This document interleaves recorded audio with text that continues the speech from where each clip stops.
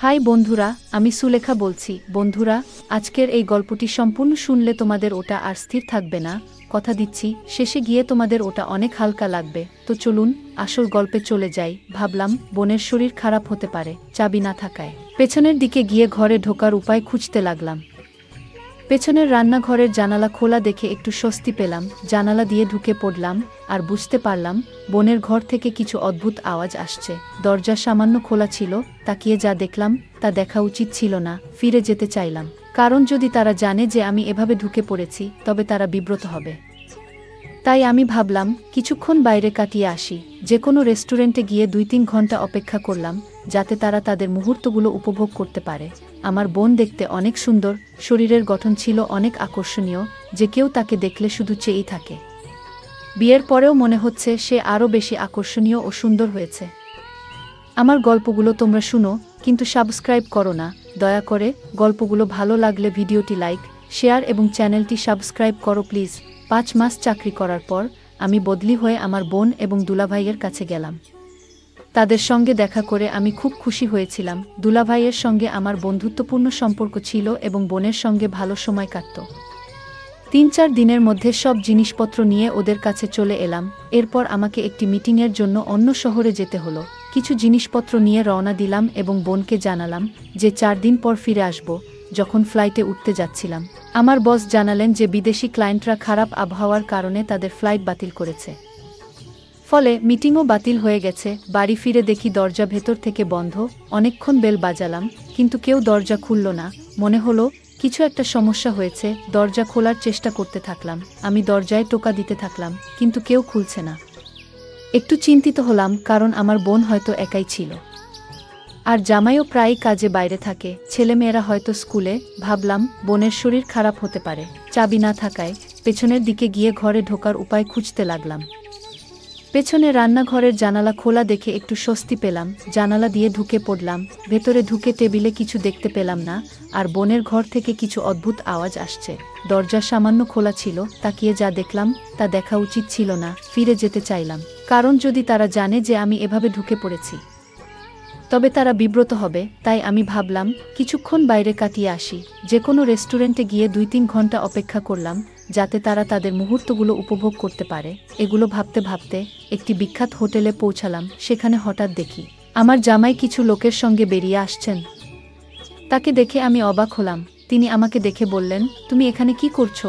আমি বললাম, মিটিং বাতিল হয়ে গেছে। কিন্তু আপনি এখানে কি করছেন? তিনি বললেন, আমি সকালে এখানে মিটিং করতে এসেছিলাম। এখন মিটিং শেষ হয়েছে, তাই অফিসে ফিরে যাচ্ছি। কিন্তু তোমার মিটিং বাতিল হয়েছে, তুমি বাড়ি ফিরে যাওনি কেন? আমি চিন্তায় পড়ে গেলাম, কারণ আমার দেখা মানুষটা জামাই ছিলেন না, অন্য কেউ ছিল। মাথায় নানা প্রশ্ন ঘুরছিল। হঠাৎ আমার জামাই আমাকে জাগিয়ে বললেন, তুমি কি ভাবছো? আমি বললাম, কিছু না। দুলাভাই বললেন, তুমি বাড়ি ফিরে যাও। আমি কিছু বুঝতে পারছিলাম না, কি বলবো। ভাবলাম আমি এখানে কিভাবে এসেছি তা বলবো না। সেদিনেই তার ফেরার কোনো সম্ভাবনা নেই, কিন্তু আমি কেন এসব জিজ্ঞেস করছি সেটাও বললাম না। শুধু বললাম, এমনি জিজ্ঞেস করলাম। খাবার খেয়ে চুপচাপ আমার রুমে বসে রইলাম, কিন্তু মনে বারবার সেই দৃশ্যই ঘুরছিল। ভাবছি বোনকে জিজ্ঞেস করা উচিত, কেন সে নিজের হাতে গড়া সংসার নষ্ট করতে চাইছে। সে তো এত ভালো, স্বামীর প্রতি এত সম্মান, কোনো কিছুর অভাব হতে দেয় না, তাহলে কেন তাকে এভাবে ঠকাচ্ছে? কিন্তু আমি কিছু জিজ্ঞেস করতে পারিনি, কারণ পুরোপুরি নিশ্চিত নই, কতটুকু সত্য বুঝতে পারছি না। তখন থেকে বোনের প্রতি নজর দিতে শুরু করলাম। লক্ষ্য করলাম রাতের সবাই ঘুমিয়ে পড়লে সে বারান্দায় গিয়ে কারো সাথে ফোনে কথা বলে। এতে নিশ্চিত হলাম তার জীবনে অন্য কেউ আছে। আমার বস আমাকে জরুরি মিটিংয়ের জন্য একটি বড় হোটেলে পাঠিয়েছিলেন। মিটিং শেষ করে বেরোতে যাচ্ছিলাম, তখন দেখি বোন রিসেপশনে দাঁড়িয়ে আছে। সে লুকিয়ে একটি রুমে ঢুকে গেল। আমি নিচে অপেক্ষা করতে লাগলাম। প্রায় 2 ঘন্টা পর সেই রুম থেকে একজন লোক বের হলো। তাকে আগে কখনো দেখিনি। লোকটা চলে যাওয়ার পর বোনও হোটেলের বাইরে দাঁড়িয়ে রইল। কিছুক্ষণ পর একটা ট্যাক্সি এলো, আর বোন তাতে উঠে চলে গেল।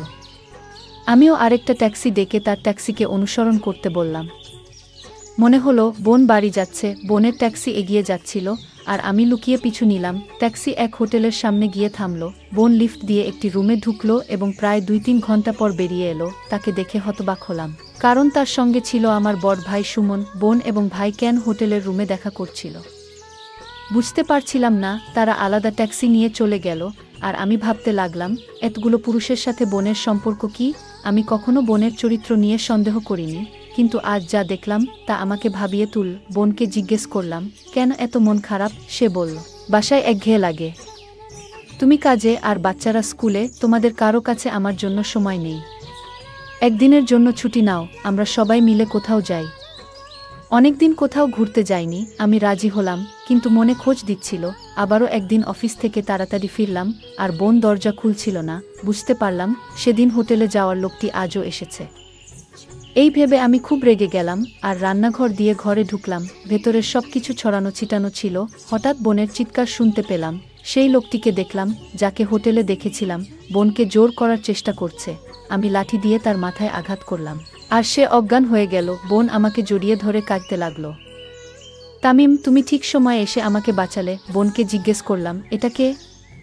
আর এখানে কি করছে? বোন জানালো, লোকটি চোর বলে ভান করেছিল। আমি বললাম, তোমার অন্ধকার কাজগুলো আমার অজানা নয়। আমি হোটেলে দেখেছি তোমাকে এই লোকটির সাথে। বোন হতবাক হয়ে গেল, কাঁদতে কাঁদতে বলল, তামিম, তোমার দুলাভাইকে বলবে না। আমার পরিবারকে রক্ষা করো। আমি বললাম, তুমি এতগুলো পুরুষের সাথে মজা করছো, লজ্জা হওয়া উচিত। বোন বলল, তুমি ঠিক বলছো, আমার বেঁচে থাকার অধিকার নেই। সে আলমারি থেকে বন্দুক বের করে নিজেকে মারতে যাচ্ছিল, কিন্তু আমি তার হাত ধরে বন্দুকটা নিয়ে নিলাম। ভয় পেয়ে গেলাম। তুমি এমন কাজ কেন করছো? বোন জানাল, লোকটি তাকে ব্ল্যাকমেইল করছে। আমি বললাম, সব সত্যি বলো, আমি সাহায্য করব। আমরা লোকটিকে চেয়ারে বেঁধে মুখ থেকে দিলাম। বোন জানাল, বিয়ের আগে শ্বশুর শাশুড়ি তাকে অনেক আদর করতেন, কিন্তু সন্তান হওয়ার পর থেকে শাশুড়ি আর কোনো মনোযোগ দিতেন না। বোন অনেকবার সময় চেয়েছিল, কিন্তু শাশুড়ি প্রতিবার বলতেন, এই টাকা শুধু পরিবারের জন্য দিচ্ছেন। দিদি শ্বশুরবাড়িতে টাকার অভাব না থাকলেও তাকে বোঝানোর চেষ্টা করছিলেন যে টাকায় সব সুখ কেনা যায় না। শ্বশুরবাড়ির মানুষরা বুঝতে চাইছিলেন না। এই সময় মায়ের স্বাস্থ্য খারাপ হওয়ায় দিদি তাকে দেখতে গিয়েছিলেন। তখন আমিও ইঞ্জিনিয়ারিং কলেজে ছিলাম। মায়ের মৃত্যু এবং বাবার অসুস্থতার কারণে ভাই ও জামাই মায়ের বাড়িতে চলে গিয়েছিল, ফলে মা একা হয়ে গিয়েছিলেন। দিদি সেখানে পৌঁছানোর পর ভাইদের বন্ধু সুমন প্রায় বাড়িতে আসতেন। তিনি দিদির মুখে দুঃখ অনুভব করেছিলেন এবং ধীরে ধীরে তার সাথে বন্ধুত্ব গড়ে ওঠে। সেই সময় দিদি ও তার বাচ্চাদের সময় দিতে শুরু করেন। একদিন সুমন দিদিকে প্রস্তাব দেন। দিদি হতবাক হন এবং সুমন বোঝানোর চেষ্টা করেন যে তাদের মধ্যে ভালো বন্ধুত্ব হতে পারে। দিদি জানিয়ে দেন তিনি এই সম্পর্ক চান না এবং সেখান থেকে ফিরে আসেন। তবে শ্বশুরবাড়িতে ফিরে এসেও দিদি একাকী এবং বিষণ্ণ হয়ে পড়েন। হঠাৎ একদিন সুমনের ফোন আসে। তিনি আগের কথার জন্য ক্ষমা চান এবং বন্ধুত্ব করার প্রস্তাব দেন। দিদি রাজি হন। এরপর থেকে সুমন এবং দিদির মাঝে নিয়মিত দেখা হতে থাকে, কিন্তু শ্বশুরবাড়ির লোকেরা সুমনের আশা পছন্দ করতেন না এবং তাকে বাড়িতে আসতে নিষেধ করেন। তাই সুমন ও দিদি হোটেলে দেখা করার সিদ্ধান্ত নেন। একদিন দিদি যখন সুমনের সাথে দেখা করতে হোটেলে গিয়েছিল, তখন সে তার সীমা অতিক্রম করেছিল। সুমন সমর্থন পেয়ে সে নিজের নিয়ন্ত্রণ হারিয়ে ফেলেছিল এবং এমন কিছু করেছিল যা কখনো কল্পনা করেনি। সুমন তাকে আশ্বস্ত করল যে এতে কোনো ভুল নেই এবং এতে শান্তি পাওয়া যায়। দিদি ফিরে এসে আবার যোগাযোগ রাখতে শুরু করল এবং সুমন পুনরায় দেখা করতে চাইল। সুমন তার বন্ধুর বাসা একদিনের জন্য ভাড়া নিয়েছিল। তার বন্ধু শহরের বাইরে ছিল, তাই সুমন দিদিকে সেখানে নিয়ে গেল। তারা সেখানে তাদের আকাঙ্ক্ষা মেটাল। ফিরে এসে দিদি আবার তার দৈনন্দিন জীবনে ব্যস্ত হয়ে পড়ে। একদিন সুমনের ফোন আসে এবং সে জানায় তার বন্ধু কুমার একটি ভিডিও তৈরি করেছে। কুমার তাদের শেষবারের সাক্ষাতে একটি ক্যামেরা বসিয়ে ভিডিও রেকর্ড করেছিল। এখন সে সুমনকে ব্ল্যাকমেইল করছে। এই কথা শুনে দিদি হতবাক হয়ে যায় এবং তার জামাইয়ের কাছে যাওয়ার সিদ্ধান্ত নেয়। 2-3 দিনের জন্য তার বাবা মা তাকে অনুমতি দেন। বোন সেখানে পৌঁছানোর পর কুমার শর্ত দেয় যে ভিডিওটি কাউকে দেখাবে না যদি দিদি তার সাথে একই কাজ করে যা সে সুমনের সাথে করেছিল। দিদির পায়ের তলা থেকে মাটি সরে যায়। দিদি তখন অসহায় বোধ করল এবং কুমারের চাপে পড়ে তার সাথেও একই কাজ করল। সে ভেবেছিল যে এখন এই সব থেকে মুক্তি পাবে, কিন্তু তা হয়নি। কুমার ক্রমাগত ব্ল্যাকমেইল করতে থাকল এবং তাদের বাড়ির ঠিকানাও পেয়ে গেল। যে কোনো সময় সে বাড়িতে এসে তাদেরকে হুমকি দিত এবং ধীরে ধীরে টাকা দাবি করতে শুরু করে। দিদি একটি ফাঁদে আটকা পড়েছিল। দিদি বলল, আমি যদি তাকে বলতাম যে আমি কুমারের সাথে একই কাজ করেছি, তবে সে আমাকে প্রতারক মনে করত। যদিও আমি প্রতারক নই। দিদি কাঁদতে কাঁদতে এসব বলল। এদিকে কুমারের জ্ঞান ফিরল। আমি তার ফোন ছিনিয়ে নিয়ে ভিডিও ডিলিট করে দিলাম এবং বললাম, আজ যদি তোমাকে কোথাও দেখা যায় পুলিশে অভিযোগ করব। কুমার হাসতে হাসতে বলল, তুমি কি মনে করছো আমার ফোন থেকে ভিডিও মুছে দিলে তোমার বোনকে বাঁচানো যাবে? সুমনের ফোনে ভিডিও রয়েছে। সুমন আর আমি একসাথে তোমাকে ব্ল্যাকমেইল করেছি, তোমার কাছ থেকে টাকা নিয়েছি, আমরা দুজনে মিলে তোমার ফায়দা লুটেছি। এই কথা শুনে দিদি কাঁদতে শুরু করল। এখন আমার কাছে মরে যাওয়া ছাড়া আর কোনো উপায় নেই। আমি আমার সুপ্রতিষ্ঠিত সংসার নষ্ট করে ফেলেছি। যদি আমি আমার আকাঙ্ক্ষাকে নিয়ন্ত্রণ করতাম তাহলে আমাকে এই দিনটি দেখতে হতো না। আমি তাকে শান্ত করে বললাম, এখন কোনো বোকামি করো না, তুমি এমনিতেই তোমার জীবন নষ্ট করেছ, এখন থেকে শক্ত থাকো এবং সব ঠিক হবে। দিদি, অনেক চেষ্টা করেছ, কিন্তু এখন অন্তত এমন কিছু করো না যা আরও বিপদে ফেলবে। তোমার সন্তানদের কথা ভাবো, তাদের কি হবে যদি তোমার কিছু ঘটে? সে কাঁদতে কাঁদতে বলল, আমার কাছে মরণ ছাড়া আর কোনো উপায় নেই। আমি তাকে বললাম, চিন্তা করো না, একটু শান্ত হও। দিদিকে বললাম, তোমার জামাইকে সব বলে দাও। সে ভয় পেয়ে কাঁদতে লাগল। আমি তা করতে পারবো না, সে আমাকে তালাক দেবে। আমি বললাম, তুমি যদি সত্যতা না বলো তাহলে কোনো উপায় নেই। কুমার তখনও দিদিকে ব্ল্যাকমেইল করার চেষ্টা করছিল। হঠাৎ দিদির ফোন উঠল। সে ভয় পেয়ে গেল। আমি তাকে বললাম, চিন্তা করো না, কল ধরো। তিনি কলটি ধরলেন এবং জানলেন যে তারা 2 ঘন্টার মধ্যে বাড়ি পৌঁছাবেন। আমি বললাম, তুমি সব কিছু ঠিকঠাক রাখো, আমরা কুমারকে আমাদের ঘরে আটকে রাখব যতক্ষণ না তারা আসে। শ্বশুর শাশুড়ি বাসায় আসতেই আমরা স্বস্তির নিঃশ্বাস ফেললাম এবং কুমারকে ভালো করে বেঁধে রাখলাম। পরের দিন দিদি তাকে চা বানিয়ে দিল। আমি চায়ে ওষুধ মিশিয়ে দিলাম।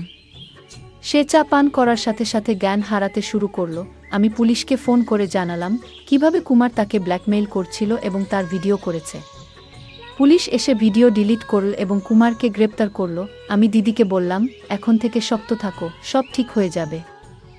এরপর এসব ঘটনা সবার কাছ থেকে লুকিয়ে রেখেছি, কারণ এসব জানলে আমার বোনের জীবনটা আরও নষ্ট হয়ে যেত। তাই পরে আদালতের সব কাজ আমি করেছি। আমার বোনকে আর এসবে নিয়ে আসিনি, তাদেরকে আমি কঠিন শাস্তি দিয়েছি। বোন আমাকে অনেক ধন্যবাদ দিল, কারণ আমার জন্যই বাড়িটি ধ্বংস থেকে রক্ষা পেল। সে প্রতিশ্রুতি দিয়েছিল যে এবার থেকে সে শুধু তার সন্তানদের দিকে মনোনিবেশ করবে। গল্পটা কেমন লাগলো জানাতে ভুলবে না।